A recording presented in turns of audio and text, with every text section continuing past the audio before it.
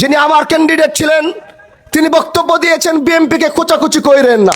আরে আমি হানজালা বিএনপিকে খোঁচাখুচি করলে বিএনপি দেশে থাকতে পারবে না। আপনারা রাজনীতি করেন শিবচর উপজেলা নিয়ে, হানজালা রাজনীতি করে গোটা বাংলাদেশ নিয়ে। আপনারা চিল্লা চিল্লি করবেন গ্রামে খেতে, হানজালা চিল্লা চিল্লি করবে বাংলাদেশের পার্লামেন্টে। আমার চুপ করে থাকা মানে বারবার বলছি এটা কোনো দুর্বলতা নয়। আমি নতুনত্বের রাজনীতি চাই। আমি শিবচরে কোনো প্রতিহিংসা আধিপত্যের রাজনীতি আগামীতে দেখতে চাই না। আমি গত কয়েকদিন যাবৎ ভালো মতো খেয়াল করছি যে আমাদের কিছু ভাইরা তারা খুব লেখালেখি করছেন এবং খুব কথা বলছেন।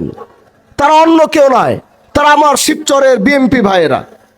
কিন্তু আমি তাদেরকে একটা কথা বলতে চাই, আপনারা কি এটা মনে করছেন না যে আমি হানজালা নির্বাচিত হওয়ার পর আমার একটা নেতৃবৃন্দ কারোর সাথে কোনো খারাপ ব্যবহার করে নাই? আমার একটা নেতৃবৃন্দ কাউকে হুমকি ধামকি দেয় নাই? আমি হানজালা এমপি হওয়ার আগে যে আমার কতটুকু পাওয়ার ছিল এই শিবচরের মাটিতে, এটা কি আপনারা দেখেন নাই? তাহলে আপনারা কি মনে করছেন আমি চুপ করে আছি কারণ আমি শান্তি চাই? আমি শিবচরের প্রত্যেকটা মানুষকে নিয়ে কাজ করতে চাই। আমি শিবচরের প্রতিটা দলের সদস্যদেরকে নিয়ে কাজ করতে চাই। আমার চুপ করে থাকা মানে আমার কোনো দুর্বলতা নয়। যদি মনে করেন হানজালার চুপ করে থাকা দুর্বলতা, তাহলে সেটা আপনাদের ভুল, আপনাদের চিন্তায় ভুল ধরেছে। হানজালার চুপ করে থাকা মানে হানজালা শিবচরের মাটিতে শান্তি চায়। এজন্য বলছি, আসুন ভালোবাসা নিয়ে কাজ করি, আসুন কাঁধে কাঁধ মিলিয়ে কাজ করি। আমার জায়গায় যদি আজকে অন্য কেউ হতো, তাহলে আপনাদের কাউকে বাড়ি ঘরে থাকতে দিত না। আমার জায়গায় যদি অন্য কেউ হতো, কাউকে ঠিক মতো চলতে দিত না, বাড়ি ঘর থেকে বের হতে দিত না। আমি আপনাদের বাক স্বাধীনতা দিয়েছি, আমার নামে লেখালেখি করবেন, আমি সেই স্বাধীনতা শিবচরের মানুষকে দিয়েছি। আগের এমপির বিরুদ্ধে দেশের একজন কেউ কলম ধরতে পারে নাই। আমি এই শিবচরের মানুষকে সেই বাক স্বাধীনতা দিয়েছি। গঠনমূলক যদি সমালোচনা থাকে আপনারা করেন, আমার কোনো আপত্তি নাই। আমি শিবচরের সাংবাদিকদেরকে আমি সেই বাক স্বাধীনতা দিয়েছি, সেই কলম চালানোর অনুমতি দিয়েছি। তুই গঠনমূলক আলোচনা হয়, আপনারা আমার বিরুদ্ধে উঠান। আমি জবাবদিহিতার মধ্যে থাকতে চাই, আমি জবাবদিহিতার বাইরে কোনো কাজ করতে চাই না। এজন্য প্রিয় ভাইরা আমার, আমরা সুন্দর একটি সমাজ চাই, ইনসাফ ভিত্তিক একটি সমাজ চাই। আমি এই দেশে অন্যায় অবিচার দুর্নীতি মুক্ত করতে চাই। আমি বারবার বলছি, যারা চাঁদাবাজি করছেন, আমি বারবার বলছি, যারা অন্যায় করছেন, মাদক ব্যবসা করছেন, শুধু রমজান দেখে একটু ছাড় দিচ্ছি, ভালো হয়ে যাওয়ার সুযোগ দিচ্ছি, কিন্তু মনে রাখতে হবে ঈদের পরে চাঁদাবাজদের আগুন ধরিয়ে দিব আমি। একজন চাঁদাবাজ এই শিবচরের মাটিতে থাকতে পারবে না।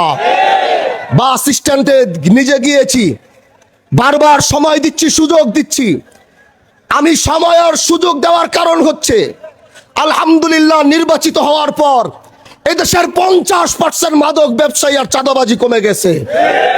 হিন্দু ভাইরা আমার কাছে ওই দিন এসে আত্মত্যাগ আর খুশি নিয়ে বলেছে, ভাই স্বাধীনতার পর এত সুন্দর করে আমরা ব্যবসা করতে পারি নাই, আজ আপনি নির্বাচিত হওয়ার পরে মাথা উঁচু করে ব্যবসা বাণিজ্য করছি, চাঁদা চাওয়ার কেউ সাহস পাচ্ছে না। মাননীয় প্রধানমন্ত্রী জনাব তারেক রহমান সাহেবকে আমি বলবো, এই কথা আজকে আমি গ্রামে বলছি, আগামী কালকে পার্লামেন্টে দাঁড়িয়ে বলবো, আপনার নেতৃবৃন্দকে সামলান, এরা বিএনপির মান সম্মান ইজ্জত সব ডুবিয়ে দিবে। যদি কন্ট্রোল করতে না পারেন, তাহলে তারা আপনাদের আগামী রাস্তা রুদ্ধ করবে। যেই সুন্দর বাংলাদেশ গড়ার স্বপ্ন নিয়ে আপনারা নেমেছেন, এরা বাংলাদেশের সেই স্বপ্ন আপনাদেরকে পূরণ করতে না দিয়ে জাতির সামনে আপনাদেরকে ভুল প্রমাণ করবে। এজন্য কাঁধে কাঁধ মিলিয়ে আগামীর বাংলাদেশ, আগামীর শিবচর গড়ার জন্য প্রস্তুত আছি তো ইনশাআল্লাহ। আমরা নেতা নিয়ে চলি নাই, আমরা কর্মী নিয়ে চলেছি।